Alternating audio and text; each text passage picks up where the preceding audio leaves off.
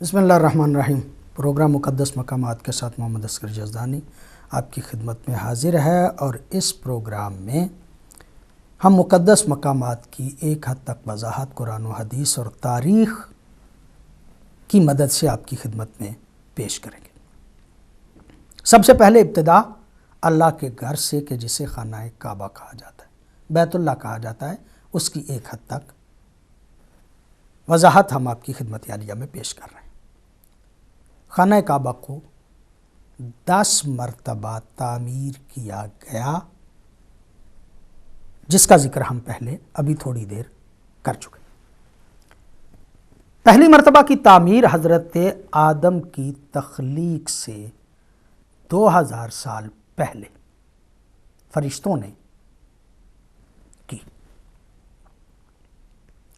اور یہ جو تعمیر کعبہ فرشتوں نے کیا، یہ بنیادی طور پہ بالکل بیت المعمور کے نیچے، یعنی بعض محققین نے کہا ہے کہ اگر بیت المعمور کو نیچے لایا جائے تو وہ بالکل اسی جگہ پہ آئے گا کہ جس جگہ پہ بیت اللہ اس وقت موجود ہے۔ حضرت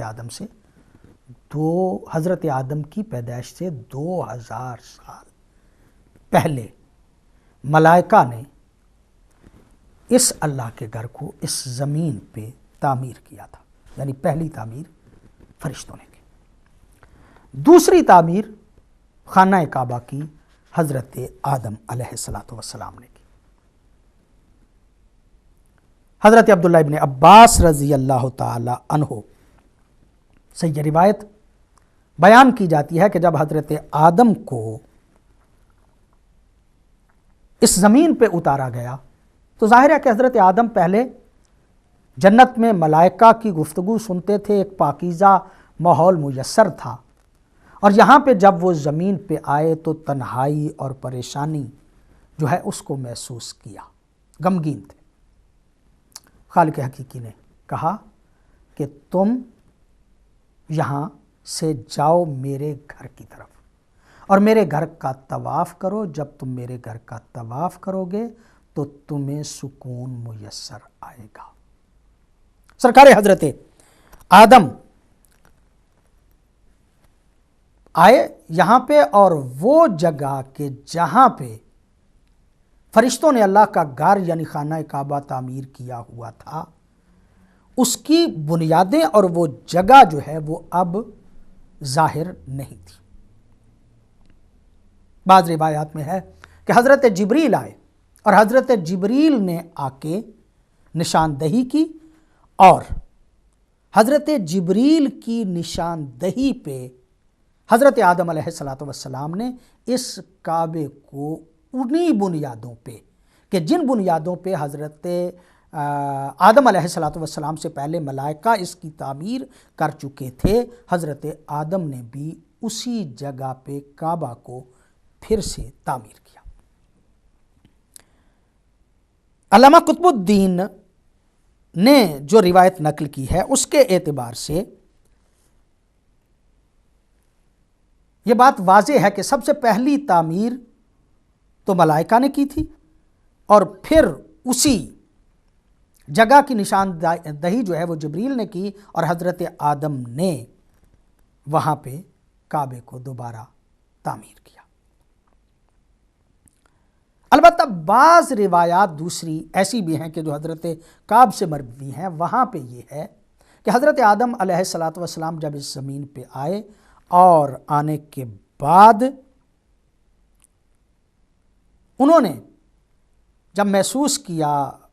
تھوڑی سی غمگینی کو محسوس کیا، تو حضرت آدم علیہ السلام کو اللہ رب العزت نے جب کہا کہ تم میرے گھر کے قریب چلے جاؤ اور وہاں پہ تمہیں سکون میسر آ جائے گا، وہاں پہ آ کے حضرت آدم علیہ السلام نے جبریل کے کہنے پہ، جبریل کے بتانے پہ اس جگہ کا انتخاب کیا، اور پھر یاقوت کا ایک بنا ہوا خیمہ آسمان سے اللہ رب العزت نے نازل کیا، کہ جو انہی ملائکہ والی بنیادوں پہ رکھا گیا، اور وہی اس دور میں کعبہ قرار پایا۔ یعنی حضرت آدم نے تعمیر نہیں کیا بلکہ جنت سے یاقوت کا بنا ہوا ایک خیمہ جو ہے وہ اس جگہ پہ لگا دیا گیا کہ جسے اللہ کا گھر کہا گیا۔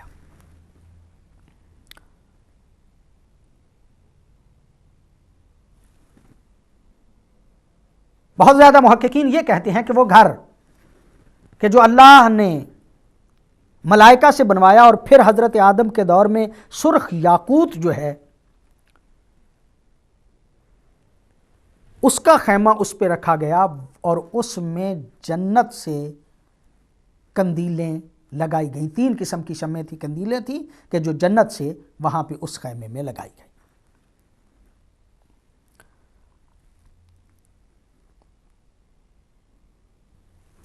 بعض روایات میں اس طرح سے بھی آتا ہے کہ حضرت جبریل امین کو حضرت آدم کے پاس اللہ رب العزت نے بھیجا اور کہا کہ اے آدم تم حوا کو لو اور تم مل کے میرا گھر تعمیر کرو۔ وہی روایت اس کو مختلف انداز سے بیان کیا گیا کہ حضرت جبریل نے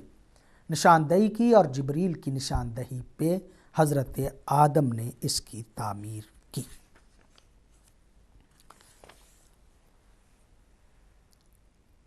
پھر ایک دور آیا کہ یہ خانہ کعبہ جو ہے، چونکہ وہ سادہ سا ایک گھر بناتے تھے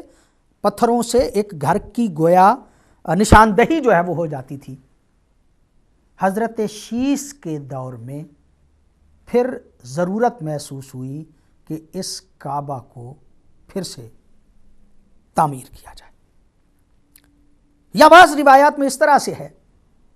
کہ وہ جو حضرت آدم کے دور میں اللہ رب العزت نے یاقوت کا خیمہ اس جگہ پہ نصب کیا تھا، خالق حقیقی نے اس کو اٹھا لیا، اور جب اس خیمے کو اٹھا لیا تو اسی بنیاد پہ بعد میں حضرت شیس علیہ السلام نے دوبارہ کعبے کی تعمیر کی۔ امام سہیلی نے بھی اس بات کو نقل کیا ہے، بلکہ وہ تو یہاں تک کہتے ہیں کہ کعبے کی پہلی تعمیر ہی حضرت شیس علیہ السلام نے کی، وہ پہلی تعمیروں کے حوالے سے قائل نہیں ہے، لیکن جو محققین بیان فرماتے چلے آ رہے ہیں ان کے ہاں یہ مسلم بات ہے کہ پہلی تعمیر حضرت ملائکہ نے کی، دوسری حضرت آدم نے کی، اور تیسری تعمیر خانہ کعبہ کی حضرت شیس علیہ السلام نے کی۔ پھر طوفان نوح آیا، اور طوفان نوح کے بعد جب کشتی حضرت نوح علیہ السلام کی چلی اور اس میں وہ افراد جو حضرت نوح علیہ السلام کے ساتھ تھے، وہ چلتے چلتے کشتی چل رہی تھی کہ اللہ رب العزت نے اس کشتی کا رخ اسی خانہ کعبہ کی طرف کر دیا۔ 40 چکر اس کشتی نے اسی خانہ کعبہ کے لگائے، اور 40 چکروں کے بعد یہ کشتی جو ہے وہ کوہ جودی کی طرف منتقل ہو گئی۔ حضرت نوح کے اس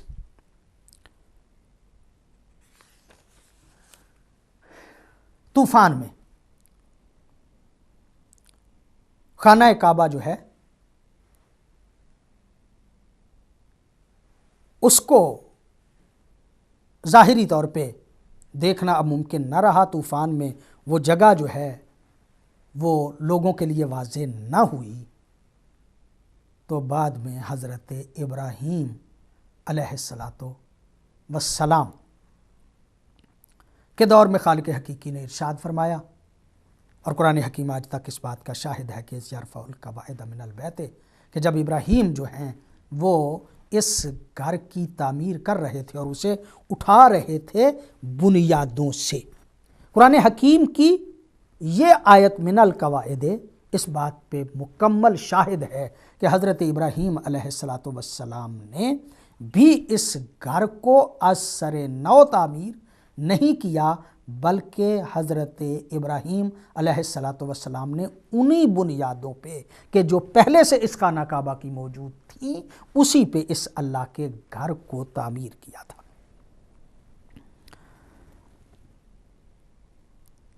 حضرت آدم علیہ الصلوۃ والسلام کے وصال کے 126 سال بعد حضرت نوح علیہ الصلوۃ والسلام کی ولادت ہوئی، اور حضرت نوح کے 890 سال بعد حضرت ابراہیم علیہ الصلوۃ والسلام پیدا ہوئے۔ گویا کہ حضرت ابراہیم اور حضرت نوح کی وفات سے 60 سال قبل پیدا ہو چکے تھے۔ سیدنا نوح کی ولادت کے 600 سال بعد طوفان آیا تھا۔ اس طرح حضرت ابراہیم کی ولادت سے 290 سال قبل طوفان کا زمانہ بنتا ہے۔ طوفان نوح آنے کے 400 سال بعد ابراہیم نے کعبہ شریف کو تعمیر کیا۔ اللہ رب العزت کا حکم ہوا، حضرت ابراہیم علیہ الصلوۃ والسلام حکم خداوندی سے اپنی زوجہ یعنی جناب ہاجرہ صلوات اللہ علیہا اور حضرت اسماعیل علیہ الصلوۃ والسلام کو اللہ کے اس گھر کے قریب چھوڑ کے چلے گئے۔ کئی مرتبہ آتے تھے، یہ ایک مفصل گفتگو ہے اور اس پہ تفصیلی محققین نے بات کی ہے کہ حضرت نوح نے ہدایت کے لیے اپنے ایک بیٹے کو یمن میں چھوڑا، ایک کو جو ہے وہ فلسطین میں، ایک کو یہاں پہ یعنی حضرت اسماعیل علیہ الصلوۃ والسلام کو یہاں پہ مکہ میں یعنی خانہ کعبہ کے قریب چھوڑا، چھوڑ کے چلے گئے۔ چونکہ ان واقعات کی طرف ہمارا جانا ہمارے موضوع سے زیادہ دور ہٹ جائے گا، لہذا ہم نہیں جانا چاہ رہے۔ مختصراً اتنا عرض کرنا چاہ رہا ہوں کہ حضرت ابراہیم علیہ الصلوۃ والسلام جب اپنی اس پاک باز اور محترم اس ہستی نے اپنی زوجہ کو اور اپنے بیٹے کو اس گھر کے قریب چھوڑا اور چھوڑ کے چلے گئے، تو بعد میں اعجاز سے اللہ رب العزت نے حضرت اسماعیل کے لیے وہاں آب زمزم یعنی زمزم کا وہ چشمہ جو ہے وہ پیدا کیا، جس کی تفصیلات اس وقت عرض کرنا مقصد نہیں ہے۔ لوگ تجارت کے لیے اس سفر سے، اس راستے سے آیا جایا کرتے تھے۔ ایک قافلہ قریب گزرا اور جب انہوں نے دیکھا کہ کچھ پرندے جو ہیں وہ اس طرف کو جا رہے ہیں اور ممکن ہے کہ یہاں پہ پانی موجود ہو، تو انہیں تعجب ہوا کہ ہم تو اکثر اس سفر پہ آتے جاتے رہتے ہیں اور یہاں پہ پانی کی کوئی امید ہمیں نظر نہیں آتی۔ لیکن جب ان کے بھیجے ہوئے لوگوں نے جا کے خود سے پانی کا پتہ کیا اور وہاں کعبہ کے قریب زمزم کا وہ چشمہ دیکھا، تو انہوں نے جا کے اپنے کاروان والوں کو بتایا اور سب لوگ یہاں پہ آئے اور وہاں پہ جناب ہاجرہ اور حضرت اسماعیل کو دیکھا تو جناب ہاجرہ سے درخواست کی کہ کیا آپ اجازت دیتی ہیں کہ ہم بھی یہاں پہ کچھ دیر کے لیے رہ جائیں؟ جناب ہاجرہ ظاہر ہے کہ تنہائی اور اپنے بچے کے اکیلے پن کی وجہ سے پریشان تو تھی ہی، آپ نے ان کو اجازت دے دی، صرف اس شرط پہ کہ اس پانی پہ حق جو ہے وہ انہی کا رہے گا، لہٰذا ان کی اجازت سے ہر کوئی یہاں سے پانی پی سکے گا۔ وہ لوگ کہ جو وہاں پہ آ کے بسے، اس قبیلے کو جرہم قبیلہ کہا جاتا ہے۔ یہ لوگ، ان کی بود و باش اور مکے کا اوورحال سعودی عرب اور اس دور میں وہ جو مکہ تھا، وہاں کے رہنے والوں کا طریقہ خیمے کی زندگی گزارنا تھا۔ لوگوں نے وہاں پہ اپنے خیمے جو ہے وہ لگا لیے۔ بعد میں ایک وقت گزرا کہ حضرت اسماعیل علیہ الصلوۃ والسلام نے اسی جرہم قبیلے میں، جو اس جرہم قبیلے کا سردار تھا، اس نے حضرت اسماعیل کو اپنی بیٹی کا رشتہ دیا اور آپ نے وہاں پہ عقد فرما لیا۔ جب جناب حضرت اسماعیل نے عقد فرما لیا تو ایک دن حضرت ابراہیم علیہ الصلوۃ والسلام تشریف لائے۔ جب دستک دیا، وہاں پہ پہنچے اور پوچھا تو کہا گیا کہ اسماعیل جو ہیں وہ رزق اور روزی کی تلاش میں شکار کے لیے گئے ہوئے ہیں اور وہ گھر پہ موجود نہیں ہے۔ کہا گیا کہ گھر کی گزر اوقات کیسے ہوتی ہے؟ تو جناب اسماعیل کی زوجہ نے کہا کہ گھر کی گزر اوقات بہت مشکل ہوتی ہے، بڑی پریشانی کا عالم ہے اور جان کے لالے پڑے ہوئے ہیں۔ گویا جناب حضرت اسماعیل کی زوجہ نے کوئی گھر کے حالات اچھے نہیں بتائے۔ کہا کہ کوئی کھانے پینے کے لیے کچھ مل سکتا ہے؟ کہا حالات ہی بہت خراب ہیں۔ کہا کیا مل سکتا ہے؟ آنے والے شخص نے کہا کہ جب اسماعیل آئے تو اسے کہنا کہ گھر کی چوکھٹ بدل لے۔ تھوڑی کچھ وقفے کے بعد جب حضرت اسماعیل آئے تو پوچھا، گھر کے حالات بتائے گئے کہ اس طرح ایک بوڑھا شخص آیا تھا اور اس نے یہ پوچھا۔ میں نے کہا کہ حالات بڑے ناگفتہ بے ہیں، اور انہوں نے کہا جاتے ہوئے کہ کہنا اپنے شوہر کو کہ گھر کی چوکھٹ بدل لے۔ حضرت اسماعیل نے کہا کہ وہ جو چوکھٹ کا بدلنے کے لیے کہہ گئے وہ میرے باپ تھے، اور جس کے بدلنے کے بارے میں کہہ گئے وہ تم ہو، لہذا آج کے بعد تم آزاد ہو۔ پھر دوبارہ جناب حضرت اسماعیل نے جرہم قبیلے میں مزاز کی بیٹی کے ساتھ شادی کی۔ پھر حضرت ابراہیم وقت کے گزرنے کے ساتھ ایک دن تشریف لائے۔ حضرت ابراہیم نے اسی طرح سے پوچھا کہ گھر کے حالات کیسے ہیں؟ تو اس نبی کی زوجہ اور نبی کی بہو نے کہا کہ گھر کے حالات الحمدللہ شکر ہے، اچھا گزارا ہو رہا ہے۔ کہا کہ تمہارے شوہر کہاں ہیں؟ کہا رزق کی تلاش کے لیے نکلے ہیں۔ کہا کھانے پینے کو؟ کہا آپ مسافر اور نیک پاک باز شخصیت محسوس ہوتے ہیں، اتریے گھر میں، جو کچھ ہوا وہ آپ کی خدمت میں رکھا جائے گا۔ حضرت ابراہیم پھر واپس گئے اور کہا کہ جب تمہارے شوہر آئیں تو ان کو کہہ دینا کہ گھر کی چوکھٹ تبدیل نہ کریں۔ ایک کالر میرے ساتھ ہے جی، السلام علیکم۔ وعلیکم السلام، کیسے مزاج ہے سرکار؟ الحمدللہ۔ آپ کے ماشاءاللہ بڑا اچھا پروگرام جا رہا ہے، آپ نے کافی اس میں تفصیلی اور معلوماتی اجازت دی ہے، اطلاع ملی ہے، اور میں دعا کرتا ہوں کہ پروردگار آپ کی توفیقات میں اضافہ فرمائے۔ بہت ہی اچھا ریسرچ پروگرام کیا ہوا ہے۔ ابھی بیٹھے بیٹھے ذہن میں آیا جب آپ ڈسکشن کر رہے تھے کہ کیا جب کعبے کو بنانے کے لیے پروردگار عالم نے ایک خاص مقصد کے تحت بنایا گیا اس کے لیے تاکہ زمین کے لوگ جو ہے اس میں طواف کر سکیں، تو سب سے پہلے تعمیر جو کی ملائکہ نے کی، تو اس کا مطلب یہ ہے کہ کوئی خاصی کام تھا جو اللہ چاہتا تھا کہ دنیا کے رہنے والے ہم جیسے گناہگار لوگ اپنی عاقبت سنوار سکیں۔ تو کیا وجہ ہے کہ اس کعبے کی انتظام کے لیے یا اس میں جانے کے لیے ہم اپنی ذاتی، مطلب میرا کہنے کا یہ ہے، آپ سمجھتے ہیں کہ ذاتی لوگ استعمال کرتے ہیں اسے، اور اللہ کے جو بنائے ہوئے اصول ہیں اس سے ہٹ کر کے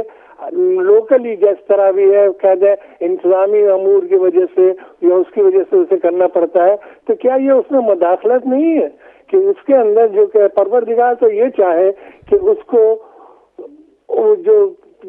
مخلوق ہے وہ اس کے استعمال کرے جیسے کہ آسمانوں میں ہو رہی ہے؟ تو اس پہ ذرا کچھ روشنی ڈالیے گا، میں کچھ کنفیوژن اس میں پیدا ہو گیا ہے کہ اس سے کیوں لوگوں نے اسے اپنی ملکیت بنائی ہوئی ہے جو کہ اللہ کی ملکیت ہے۔ دعاؤں میں یاد رکھیں، اللہ حافظ۔ شکریہ ڈاکٹر صاحب۔ السلام علیکم۔ وعلیکم السلام، حضرت اللہ یزدانی صاحب مقصود سے سیدھا کر رہا ہوں واٹس ایپ پہ۔ سوال یہ ہے کہ ویسے تو مسجد الحرام کا ہر کونا متبرک بہت بلند ہے، لیکن در کعبہ کی دیواروں کے ساتھ طواف کرنا، اور جب زیادہ لوگ ہو جاتے ہیں تو مطاف چونکہ بڑا ہو جاتا ہے تو باہر سے دور سے طواف کرنا تھوڑے وقت میں ہوتا ہے، وہ زیادہ وقت لگتا ہے۔ کیا اس میں ثواب میں بھی کوئی کہیں آپ نے یہ پڑھا ہے یا اس کا معاملہ ہے کہ کوئی فرق ہوتا ہوگا؟ جبکہ آدمی کوشش تو یہ کرتا ہے کہ ہر ممکن وہ قریب تر ہو، لیکن ایسا ہو نہیں پاتا، تو کیا اس میں میرا خیال ہے میں اپنے سوال کو عرض پایا صحیح کر بڑی نوازش، بڑی مہربانی۔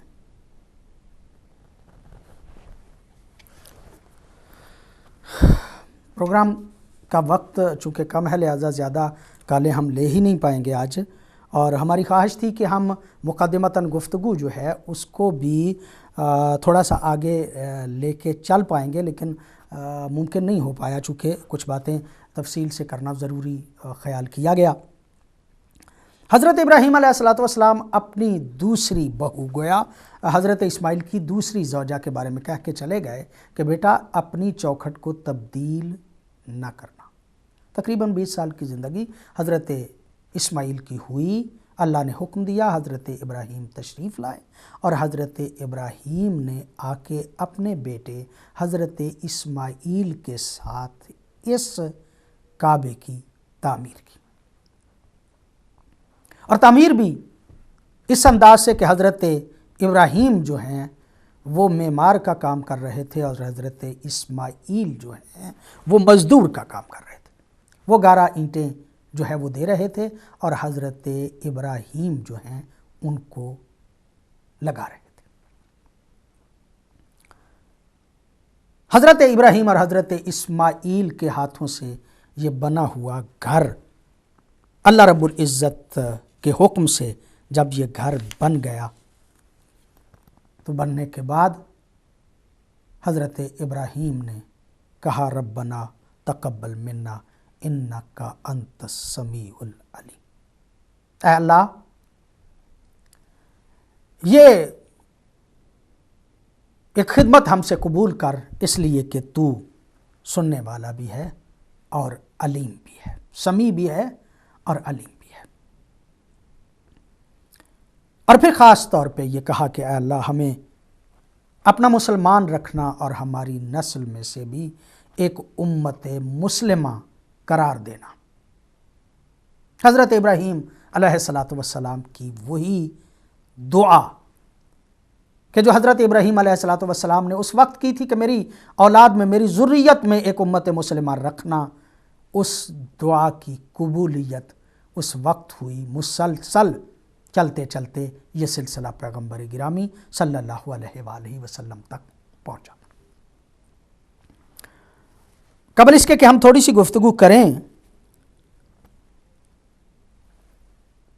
ہمارے مقصود حسین سید صاحب کا ایک سوال، ڈاکٹر غیوث صاحب نے بھی کہا کہ لوگ اسے ذاتی استعمال کے لیے، ذاتی مقاصد کے استعمال کیوں کرتے ہیں، تو یہ تو لوگوں پہ منحصر ہیں کہ اللہ کے گھر کو خلوص کے ساتھ عبادت کے لیے ہی رکھا جائے، ذاتی استعمال کے لیے اور ذاتی اغراض و مقاصد کے لیے نہ رکھا جائے۔ مقصود حسین سید صاحب نے کہا کہ طواف قریب کرنا چاہیے۔ ویسے ہمارے ہاں جو اصل مسئلہ ہے سب کے ہاں وہ یہ ہے کہ مقام ابراہیم کے اندر اندر طواف کرنا چاہیے، لیکن اگر ازدحام زیادہ ہو تو دوسروں کے لیے مشکل کا سبب نہیں بننا چاہیے، باہر سے بھی طواف جو ہے وہ ہو سکتا ہے، اور میں سمجھتا ہوں کہ اللہ رب العزت اجر پورا ہی دے گا، اللہ کے ہاں کسی قسم کی کوئی کمی موجود نہیں ہے۔ چونکہ مجھے کہا جا رہا ہے کہ میرے پروگرام کا وقت جو ہے وہ ختم ہوا چاہتا ہے، لہٰذا میں یہ درخواست کرنا چاہوں گا کہ یہ آج ہمارا ابتدائی پروگرام تھا، انشاءاللہ ہم